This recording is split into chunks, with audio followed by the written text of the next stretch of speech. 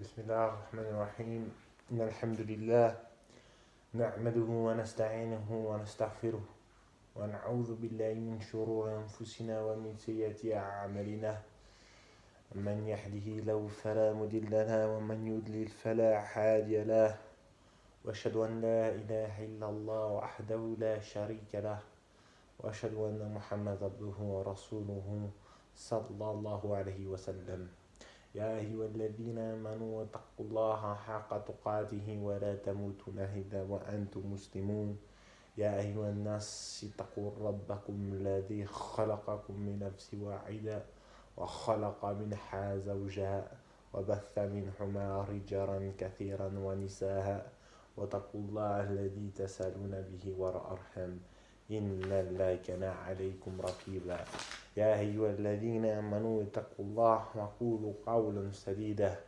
يصلح لكم أعمالكم ويغفر لكم ذنوبكم ومن يطع الله ورسوله فقد فاز فوزا عظيما فإن أصدق الحديث كتاب الله سبحانه وتعالى وخير هديه هدي محمد صلى الله عليه وسلم وشر الأمور محدثاتها وكل محدثة بدعة وكل بدعة ضلالة وكل ضلالة في النار ويعوذ بالله أما بعد.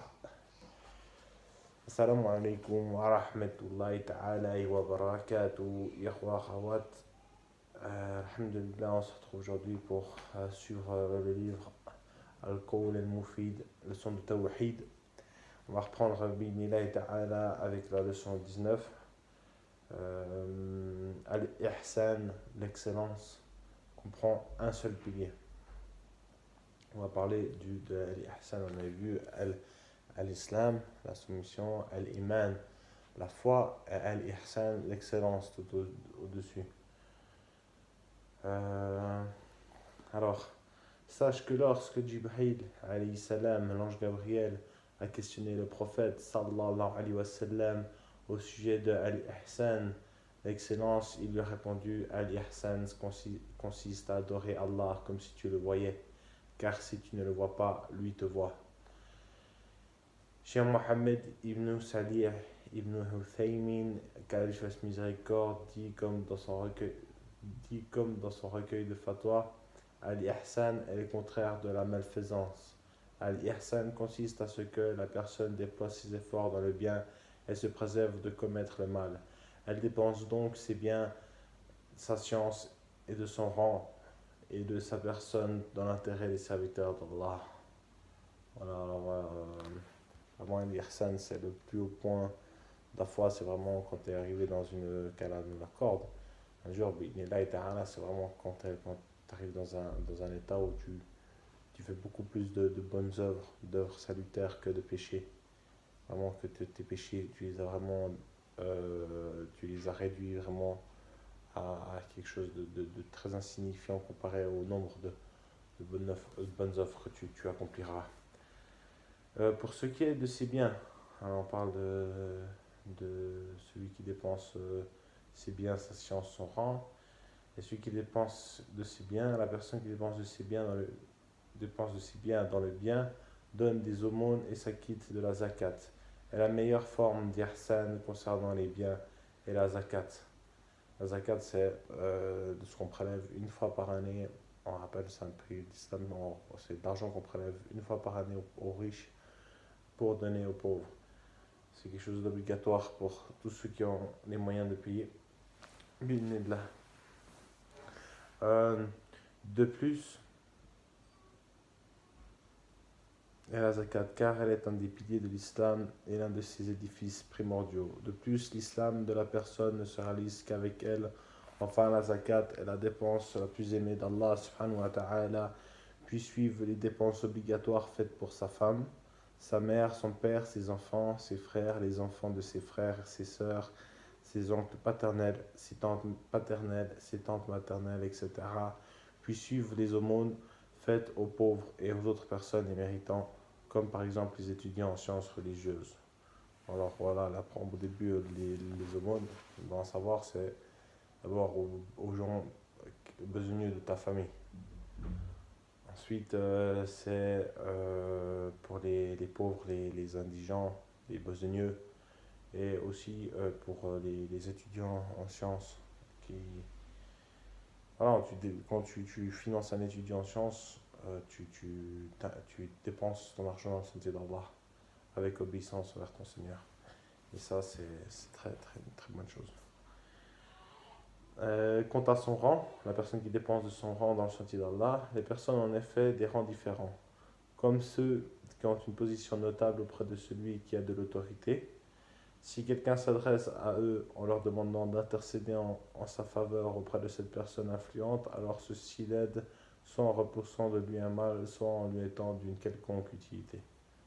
C'est clair, la personne qui a une certaine place dans la société, il aura pour certains aspects de la vie une plus grande marge de manœuvre. Quant à sa science, la personne qui dépense de sa science, cela consiste à utiliser de son mieux sa science au profit des serviteurs d'Allah, en enseignant dans les assemblées et assises générales et particulières. Et même à l'occasion d'un café entre amis, il fait partie du bien et de l'ihsan de les instruire. Voilà, ça c'est vraiment quelque chose qui même on le voit, est indispensable pour la communauté. Des gens qui prennent le temps de expliquer aux autres avec science. C'est vraiment quelque chose qui fait vraiment du bien. Quand quelqu'un a de la science, qui te clarifie les choses, kitab wa sunna, c'est très très agréable. Alhamdulillah. Par contre, sur ce point, il convient d'utiliser la sagesse. Pour ceux qui dépensent de sa science dans le sens d'Allah, il faut qu'ils l'utilisent avec sagesse. Il ne faut pas être pesant en sermonnant les gens à chaque fois qu'on les entretient avec eux quelque part. Car le prophète sallallahu alayhi wa sallam n'abusait pas de ses rappels et il les faisait en choisissant le moment adéquat, car les âmes se fatiguent et se lassent. Et si elles sont lassées, elles perdent de leur vigueur, s'ablutissent et il se peut même qu'elles se mettent à éprouver de l'aversion pour le bien à cause du trop grand nombre de ceux qui en parlent. Voilà, c'est clair, c'est qu'une personne, par exemple, tu veux prêcher l'islam à quelqu'un. La méthodologie, c'est de ne pas, de ne pas agacer la personne. C'est-à-dire, de toute façon, c'est pas toi qui guide, c'est Allah à ce point-là qui guide toi, tu fais ta cause. Alors voilà, ta cause, tu viens la faire, tu appelles les gens à unifier Allah, tu leur montres que tu leur expliques ce que c'est l'islam, voilà, tu racontes les récits prophétiques, tu racontes, voilà, toutes sortes de darwa, mais avec sagesse et comment dire, avec parcimonie, on va dire. C'est-à-dire, on passe un rappel par-ci, par-là, par-ci, par-là. C'est pas toute la journée, toi, crains Allah, tu fais pas ci, tu fais pas ça, crains Allah, tu manges pas comme ci, tu manges comme ça, tu vois. Vous aurez compris. Quant à l'ihsan, en dépensant de sa personne dans le sentier d'Allah, le prophète sallallahu alayhi wa sallam a dit: le fait d'aider une personne à monter sur sa monture, de l'aider et à monter ses affaires est une aumône. Donc aider une personne en portant ses affaires avec elle ou en lui indiquant un chemin ou toute autre chose semblable, tout cela fait partie de l'ihsan. Voilà, c'est ça, c'est vraiment se rendre utile dès qu'on peut. Dès que tu passes à côté d'une bonne œuvre, tu le fais. Fisabilillah. Et ça fait partie de l'ihsan.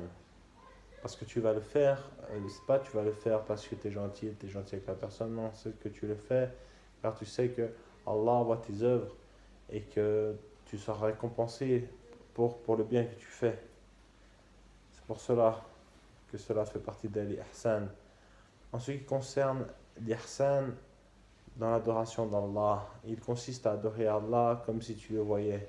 Comme l'a dit le prophète sallallahu alayhi wa sallam, cette adoration, c'est-à-dire l'adoration en fait comme si on le voyait, est une adoration de sollicitation et de ferveur, et la personne trouve en son âme ce qui l'exhorte à cette adoration, car elle demande ce qu'elle aime. Elle adore donc comme si elle le voyait, en ne visant qu'Allah revenant à lui par l'adoration et se rapprochant de lui, Jalla wa ala. Car si tu ne le vois pas, lui te voit. Cela est une adoration de fuite et de peur. C'est ainsi le second degré de l'ihsan. Si tu n'adores pas Allah comme si tu le voyais, en le sollicitant et en exhortant ton âme afin de parvenir à lui, alors adore Allah subhanahu wa ta'ala en sachant que lui te voit. Tu l'adores donc par peur de lui, fuyant son châtiment et sa punition. Et ce degré est moindre que le premier. L'adoration d'Allah Jalla wa Ala est comme l'a dit Ibn al-Qayyim al-Jawziyya, qu'Allah lui fasse miséricorde. L'adoration du miséricordieux est son amour complet, ainsi que la soumission de son serviteur, formant ainsi deux piliers.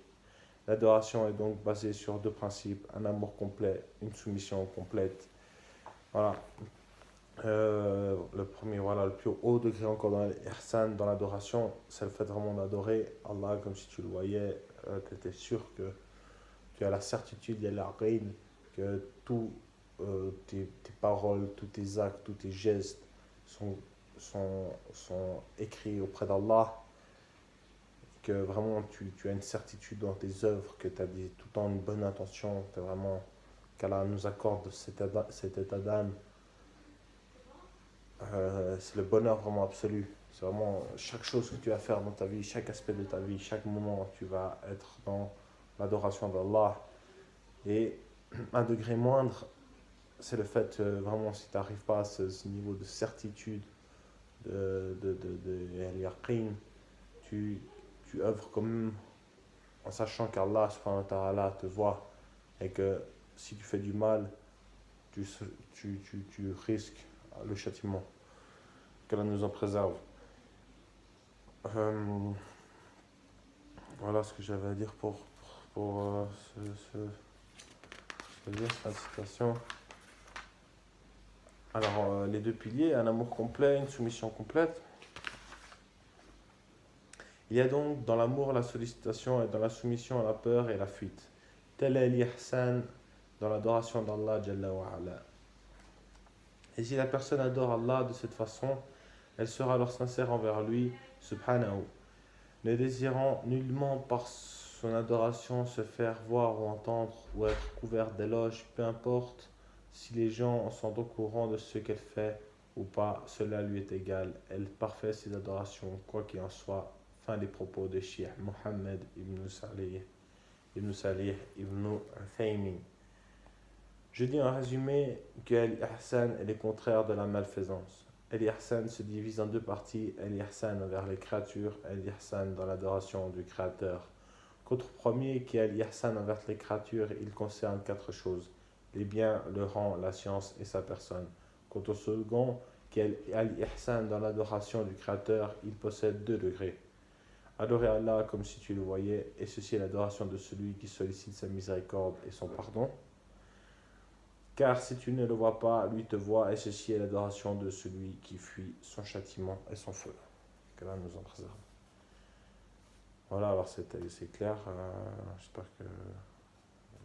Je pense que l'ihsan c'est compris, plus ou moins. On pourrait toujours approfondir, bien sûr, mais on n'est pas des savants. On va prendre la leçon 20, Inch'Allah ta'ala, la définition de l'unicité at-tawhid. At-tawhid dans la langue arabe est le nom d'action masdar du verbe wahada yuwahidu qui signifie rendre une chose unique. At-tawhid dans la loi religieuse consiste à unifier Allah dans sa seigneurie, rububiyya, son adoration al-uluhiyya, toujours at-tawhid al-rububiyya, tawhid al-uluhiyya pour son adoration, et le tawhid des noms et des attributs asma wa sifat et son jugement hukm. Sache mon frère qu'Allah nous accorde le succès et que la personne fait partie des gens. Sache mon frère qu'Allah nous accorde le succès, que la personne ne fait partie des gens au tawhid complet qu'en unifiant Allah par toutes les sortes d'adoration. Allah Jalla wa Ala dit dans la sourate Hud, dans le sens du verset 1 et 2, Alif Lam Ra, c'est un livre dont les versets sont parfaits en style et en sens, émanant d'un sage, parfaitement connaisseur. N'adorez qu'Allah, moi je suis pour vous de sa part un avertisseur et un annonciateur. Et dans la sourate, encore dans la sourate Hud, au verset 25, dans le sens du verset 25, nous avons déjà envoyé Noé à son peuple, je suis pour vous un avertisseur explicite afin que vous n'adoriez qu'Allah. Je crains pour vous le châtiment d'un jour douloureux. Et dans la même sourate, dans le sens du verset 26, et rappelle-toi le frère des Aad, Hud, quand il avertit son peuple, Al-Hakaf, alors qu'avant et après lui, des avertisseurs sont passés. Les avertisseurs sont passés en disant n'adorez qu'Allah, j'ai craint pour vous le châtiment d'un jour terrible. Vraiment, toute l'importance du monde d'adorer qu'Allah seul et sans associer, vraiment, on ne cessera de le répéter, Inch'Allah ta'ala, jusqu'à ce qu'on retourne vers notre Seigneur. Et on ne fait pas partie de ceux qui suivent sincèrement le prophète sallallahu alayhi wa sallam qu'à partir du moment où on le suit exclusivement al-mutaba'a, ainsi de la même façon que nous n'adorons qu'Allah, nous ne suivons que le prophète sallallahu alayhi wa sallam. Allah Jalla wa ala dit dans la sourate Al-Hakaf, dans le sens du verset 21, dit si vous aimez vraiment Allah, suivez-moi, Allah vous aimera alors et vous pardonnera vos péchés, Allah est pardonneur et miséricordieux. Et dans la sourate, ah non, ça c'était je m'excuse, ça c'était la sourate Al-Imran dans le sens du verset 31. Et maintenant dans la sourate An-Nisa dans le sens du verset 65, Allah Jalla wa ala dit non, par ton Seigneur, ils ne seront pas croyants si longtemps qu'ils ne t'auront demandé de juger de leurs disputes et qu'ils n'auront éprouvé nulle angoisse pour ce que tu auras décidé et qu'ils se soumettent complètement à ta sentence en parlant à son noble messager d'Allah, son noble messager sallallahu alayhi wa sallam. Voilà, ça c'est juste une petite définition du tawhid qu'on doit vraiment unifier Allah subhanahu wa ta'ala et suivre son messager sallallahu alayhi wa sallam. Et maintenant on va prendre la leçon 21 bi'idhnillah, l'épreuve concernant l'unicité à tawhid, car nous on parle toujours quand on avance quelque chose dans le din, on parle avec les délils, les preuves. Donc ouais, bon, pour ceux qui ont de très les preuves du tawhid sont très nombreuses. Pour commencer, Allah tabaraka wa ta'ala dit dans la sourate Al-Ikhlas,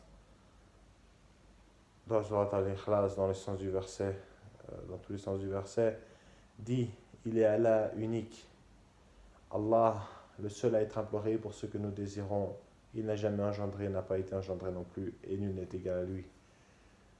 Ça c'est surat très connu chez nous, alhamdulillah.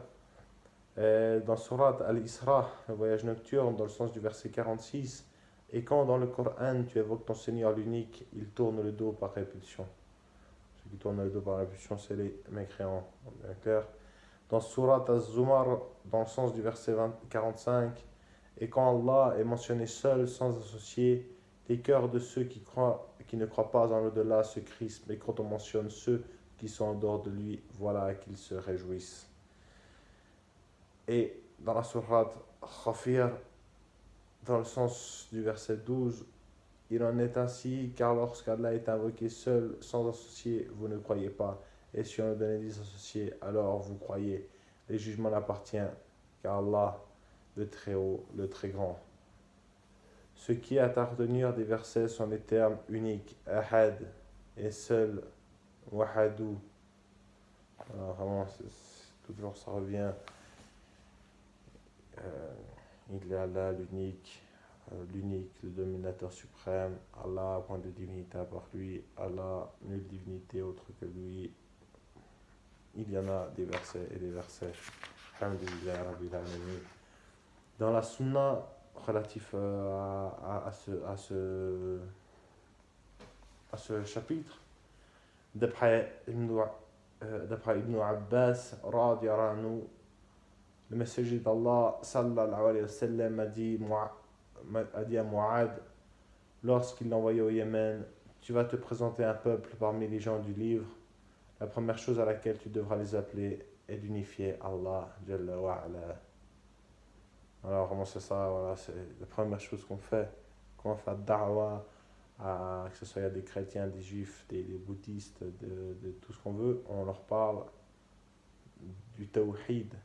On va peut-être pas évoquer le terme tawhid, car voilà, ils ne le connaissent pas, mais on leur parle de l'unicité d'Allah, du seul et véritable Dieu unique.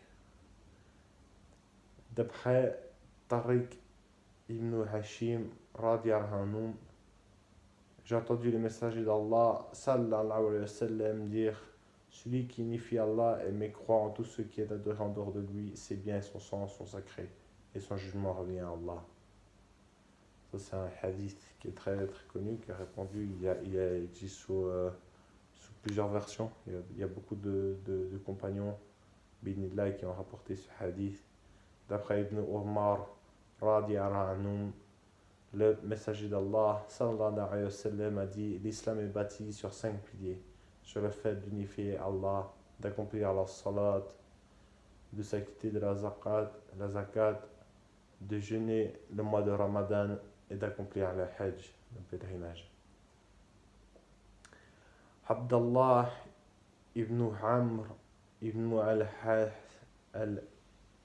al-As rapporte que son grand-père Al-As ibn Wa'il,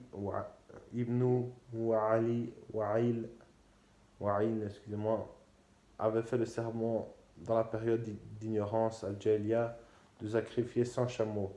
Ishab ibn al-As en sacrifiait 50 au nom de son père.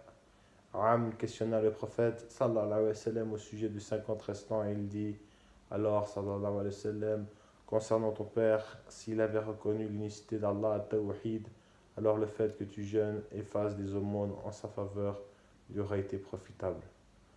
Je dis, ce hadith est plutôt bon, Hassan. Je dis, il y a dans ces preuves une réfutation des ignorants qui renient le Tawhid. Voilà, vraiment, on pourrait encore beaucoup plus étaler, rapporter beaucoup de preuves. Les preuves, il viendraient, je pense, plusieurs centaines. Alors, alem. On va pas, voilà, l'auteur va pas citer non plus toutes les preuves, car sinon, à chaque fois, il doit citer toutes les preuves.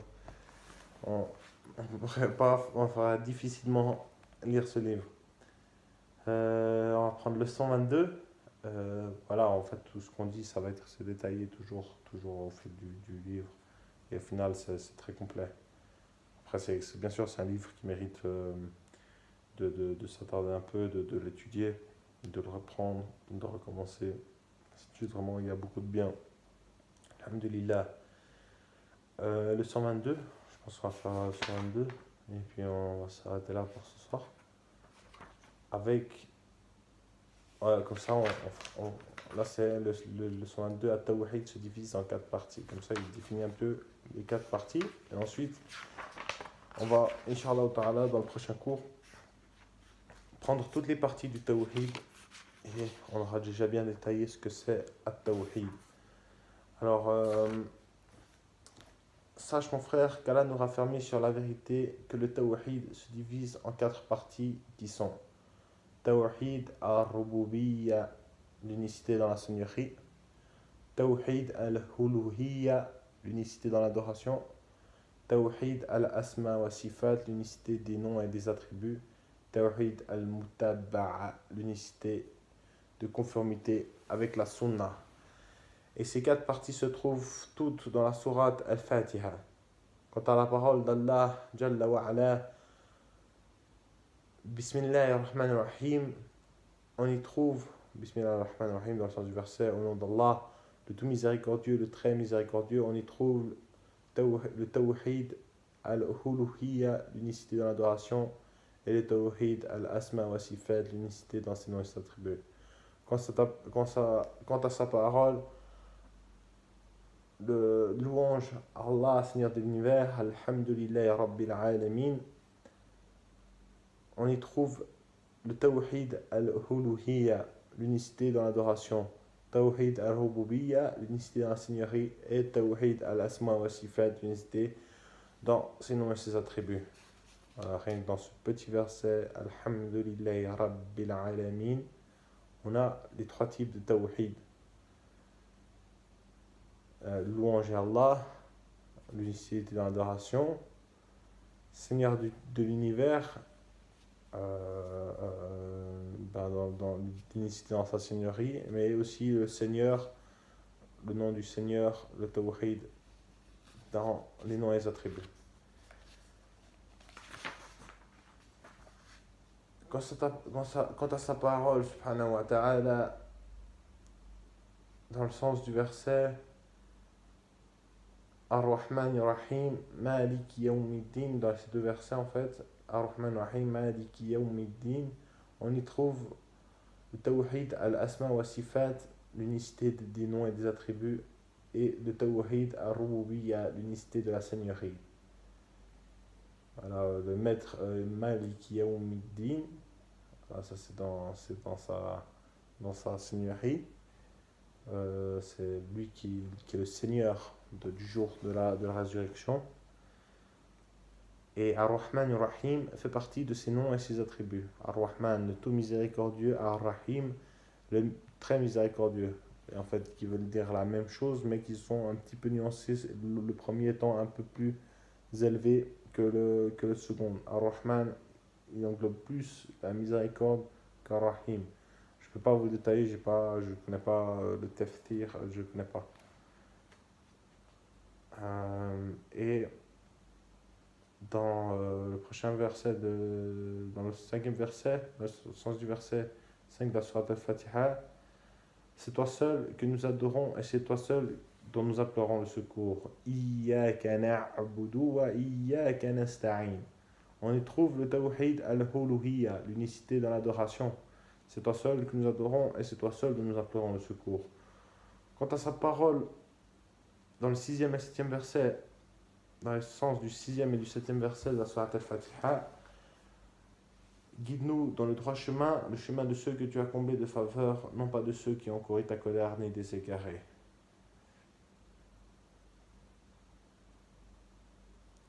Ihdina sirat al-mustaqim, sirat alladhina na'anta alayhim, ghayril maghdubi alayhim waladdallin. Très connu. Alhamdulillah Rabbil Alamin, vraiment ça.